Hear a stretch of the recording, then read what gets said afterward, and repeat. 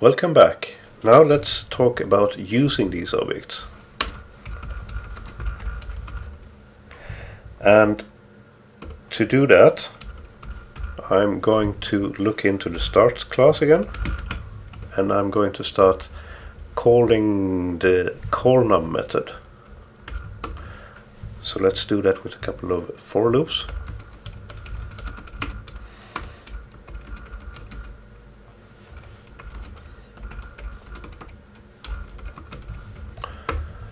And just print out something.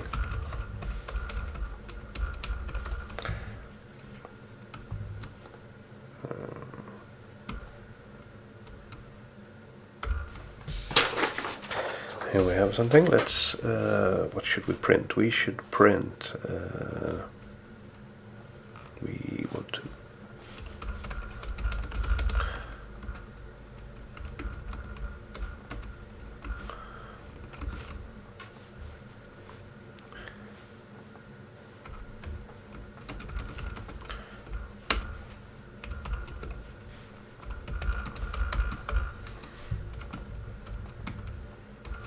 So what I'm doing here, I'm doing a for loop from 0 to 20, increased by 1, and in each iteration I'm going to print out something, and I'm taking this string and I'm concatenating it with the variable I, and adding the result of calling this callNum method with I. Let's do this for the other test object as well.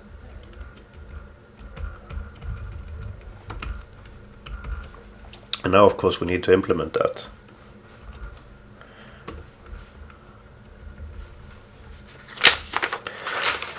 So let's do that.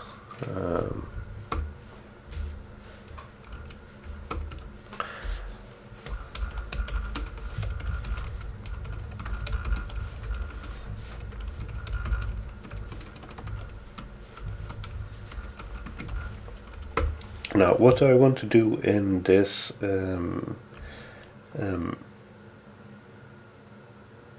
method, basically what I want to do is to check my list of calls, see if I have anything matching that number, and if I do, then I should get the call out from that object and return that. So let's go ahead and implement this. I'm going to play around a bit with the Java Streams API because it's a relatively quick and easy way of doing this. I could do it with for loops and if statements and all sorts of things, but follow along and you'll see what I mean with the simplicity of this. This is the way I'm going to do it, is the way that I would do it in Lisp, or for that matter in what's it called? Well, in a bunch of other different programming languages. JavaScript, for example, would do it in the same way. So follow along and see how I do it. Well, the first thing I'm going to do is I'm going to declare my return variable. And I declare it as being an optional, because I don't know if I'm going to get a return value here or not. So I might not get that one, and in that case I can deal with that in one way, or I might get something and then I can deal with that.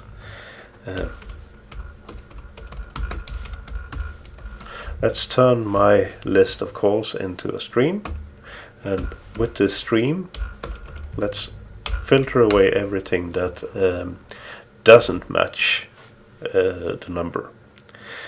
Now the filter function wants to have a function in as a parameter, basically a Lambda expression, an anonymous function that it can apply to each method in the list and see if it gets true or false back. If it gets true, the object stays. If it gets false back, the object is removed, so I can filter away everything where I get false back. So a Lambda expression in Java is written as like this. I have the parameter list and I have the body of the function.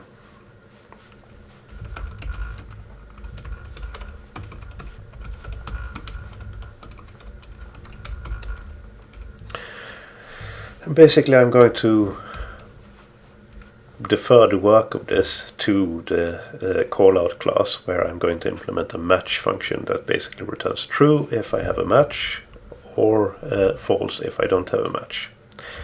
With everything that's left now, all the matches I have, what I want to do is I want to take the number, or basically I have a list of objects now, and I want to convert those objects into the call out the string that they should reply with.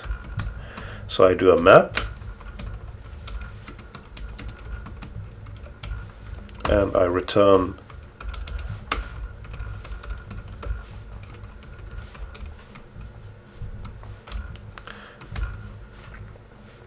the string that they should call out. I could have more than one response by now. I might have more than one callout that will respond to the number 3, for example. I will definitely have both Fizz and Bust responding to the number 15, for example. So I need a way to concatenate these, put them together. And the typical Lisp way of doing that is to apply a reduce function. Reduce function has two parameters. One is the current element, and the other is the variable where things should be concatenated into.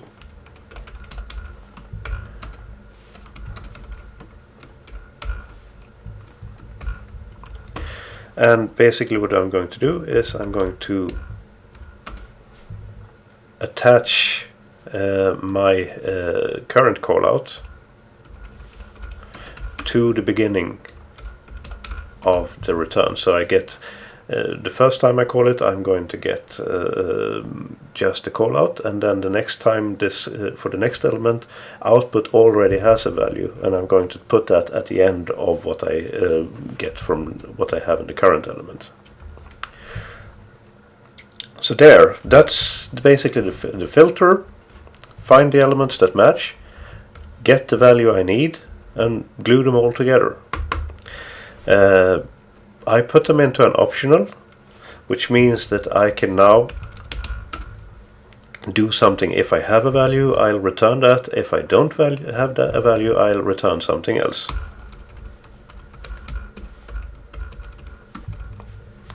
And that something else I'm going to return is a string consisting of the number itself. So basically this is an empty string, and then by putting that in the beginning, and then concatenating the number, I'm forcing a conversion of this number into a string as well. I need to import the optional,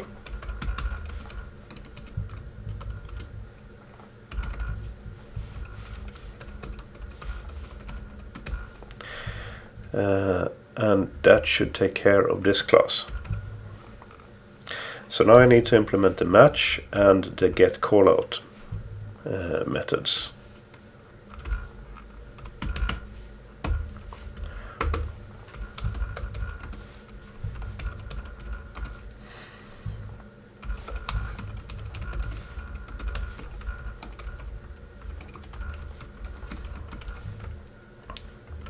In the match method, what I want to do is I want to do basically I want to take the number modulo my number, and if I get 0 back, that means that it's divisible. The number is divisible by my number. If I don't get 0 back, it's not divisible. So I'm going to lead with the 0.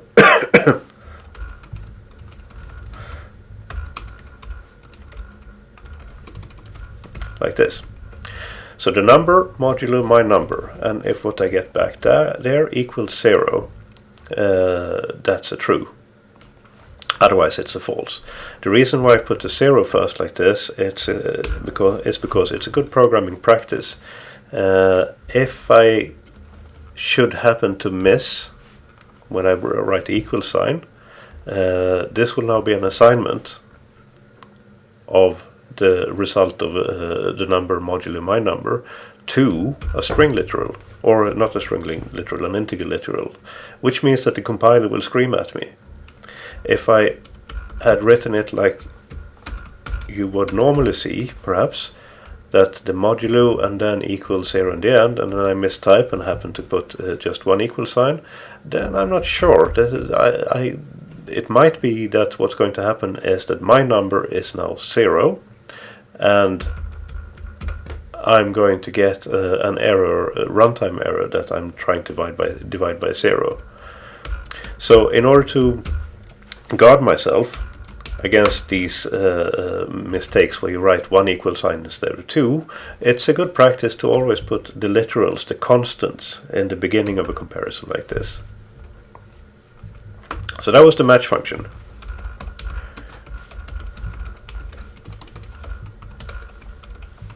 And the get callout method is just going to return my callout.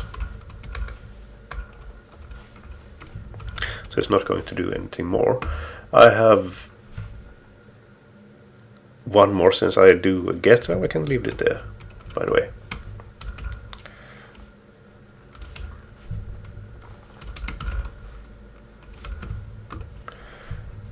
Let's compile this. See, what else did I miss?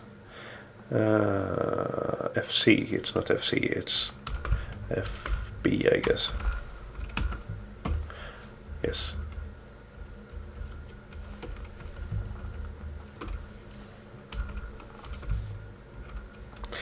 And if this works, run it as well. Yeah, there we are. Scroll up a bit here and we can see that I have so I compile it. That worked well. It didn't say anything, so no output means everything worked as it should. And if that works as it should, then start the Java interpreter and look for a main function in the class start and run that one. And here's the outputs. I'm calling it with 0, 1, 2, and I get the fizzes and I get the buses where I want to have them. Here's the second fizz bus object, which I initiated with different callouts, 5, 10s, 12s, and that one seems to work as well. So that was nice. There's one more thing I would like to do, and that's in the let's remove this one, in the start method, or in the start class. This doesn't look really nice. It's repetitive code, and the only thing that differs is one letter. Let's make this into a function instead, or a method.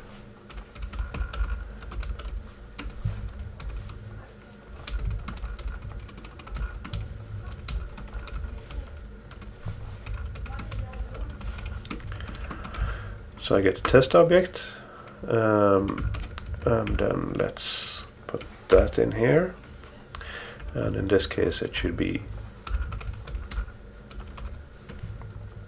Now I can call that one, you think.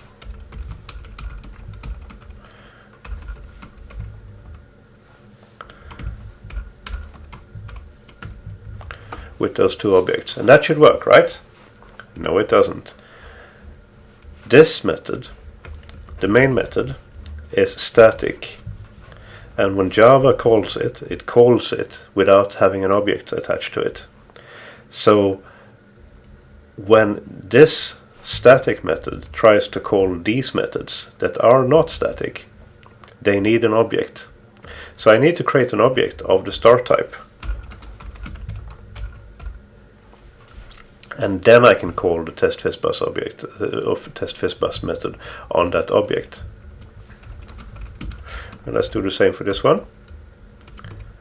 This should work. As you notice, I'm not bothered about calling a destructor on my objects. Java has a garbage collector, so once I'm done with an object, if I no longer have a reference to it, it's going to be collected by the garbage collector at some point or other. So that means that it's cheap for me as a programmer to create new objects. At runtime, of course, there is a penalty. it takes a while longer to create objects all the time. Trust that the Java interpreter is good at having object pools and stuff and cache things, and if you use a JIT compiler, it will optimize this for you after a while. But of course, it's not good programming practice to just create new objects like this. If you can reuse them, and if you're creating a lot of them. But for this small example, and ever so often, you can be a bit lazy because the Java compiler or the Java interpreter is going to do household cleaning after you. Let's compile and run again. And I get the same output because I haven't done anything really, I've just refactored it a bit. Now, what have we learned? We have learned that we've learned about calling objects or calling methods. We've learned about the Java Streams API.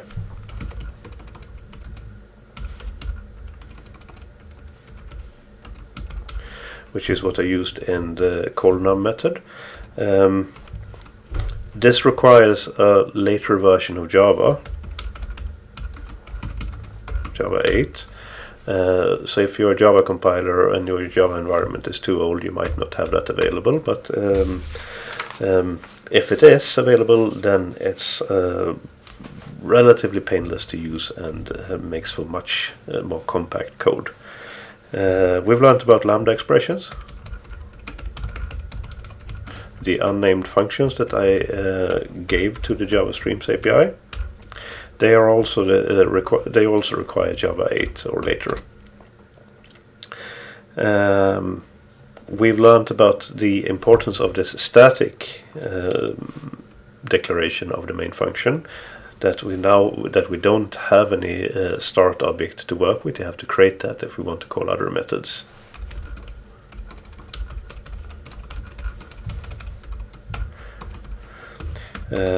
We have learned about the, let's see, what else have we talked about? We've talked well, that the calls appear to work as normal.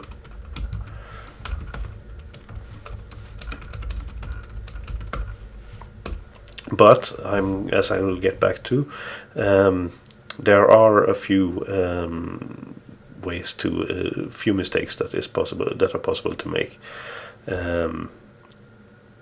But for the most part, we can see that, well, we call something with a dot, and we don't even have to worry like in C++ if it should be a dot or an arrow, because it's always a dot. Now, let's go into why I say they appear to work as normal.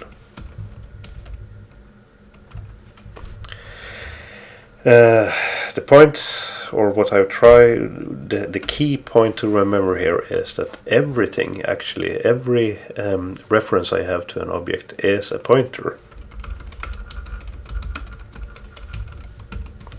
And what does this mean in practice? This means that if I write, let's write a small Java program.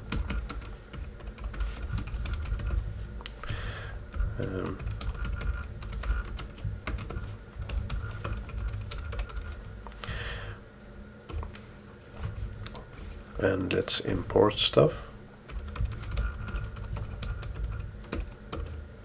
So I have something to work with.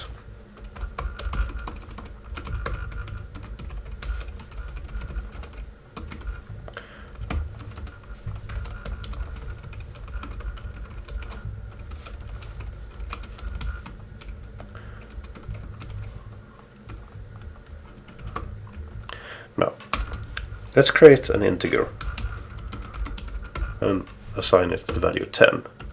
Let's create a callout.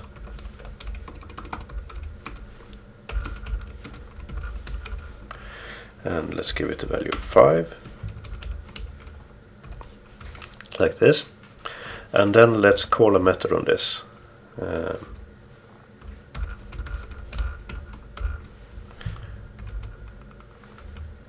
need a name for this one. Callout C. And then let's print out the result of this.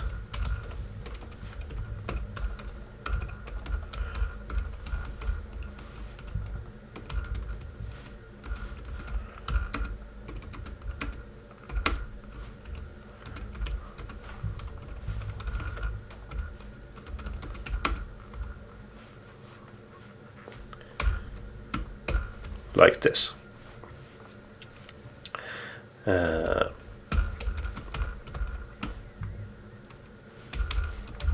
Or even like that. And let's make this method.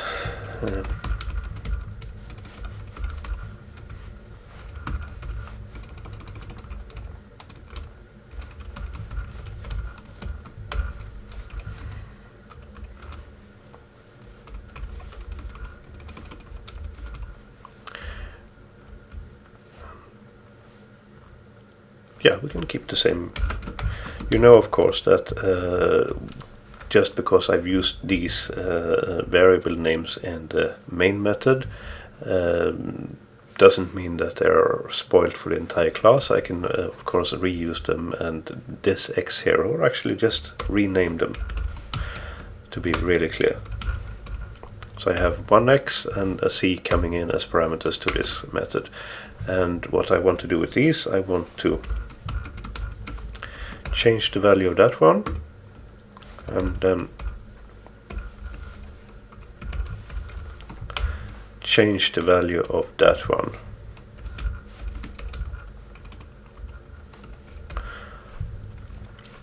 Like that. This isn't going to work straight off because I'm not in the same directory, but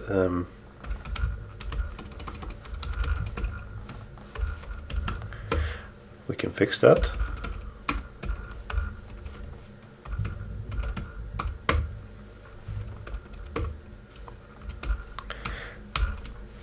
Let's compile and run.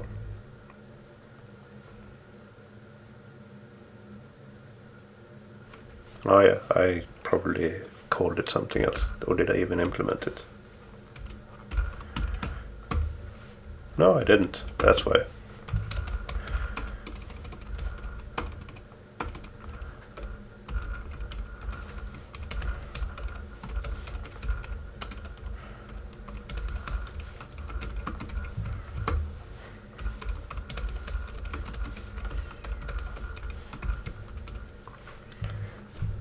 Now then.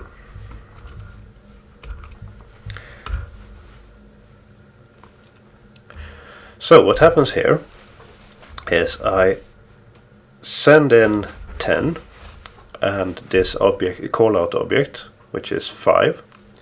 And inside this method I'm changing the 10 to 20 and I'm changing the value of the callout to not 5. And then I return back and I print out, and the x is still 10, as you can see, but the callout is now not 5. So what happened? Well, the x is a built-in variable, built-in data type. It's an integer. So this one gets passed by value. It gets copied. But the callout is an object, so what is passed along is a pointer to the object. Everything actually is a pointer. In the beginning, when Java was introduced, they said, "Oh, there are no more pointers," and hurrah, and everyone celebrated until they realized that, yeah, the way they solved that was by making everything a pointer. You don't have the option of not having a pointer. So in C++, you would expect a copy constructor to kick in here, and you would get a copy of your callout. That if you change that, it's going to only have effect inside this test method, just as with the built-in data types. But in Java, this is actually a pointer to the same object, so you are modifying the original object. So where it said 5, you are now changing that to not 5. And when you come back from the test method and you start printing things, you are printing from the modified object.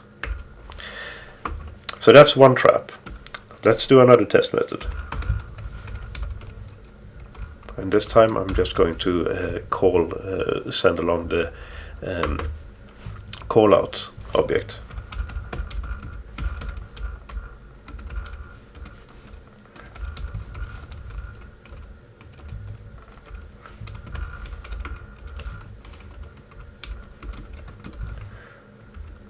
And inside here, I'm going to say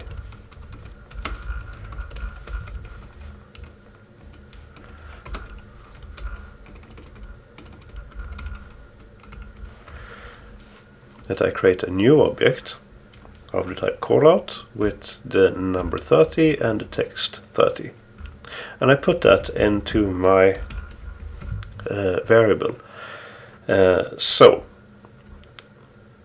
C at this point is not 5, and then I call this method, and if we now print out what's going to what the output is going to be, what do you think? Is this going to be 30 or not 5? And the answer is not 5. Simply because what I'm doing here is that I am not modifying the object, I'm modifying the pointer to the object. And that pointer is only valid inside this method. The object itself is unmoved. Whereas in the first method, I call the method on the object and change the object. But here, I am changing the object that the pointer is pointing to.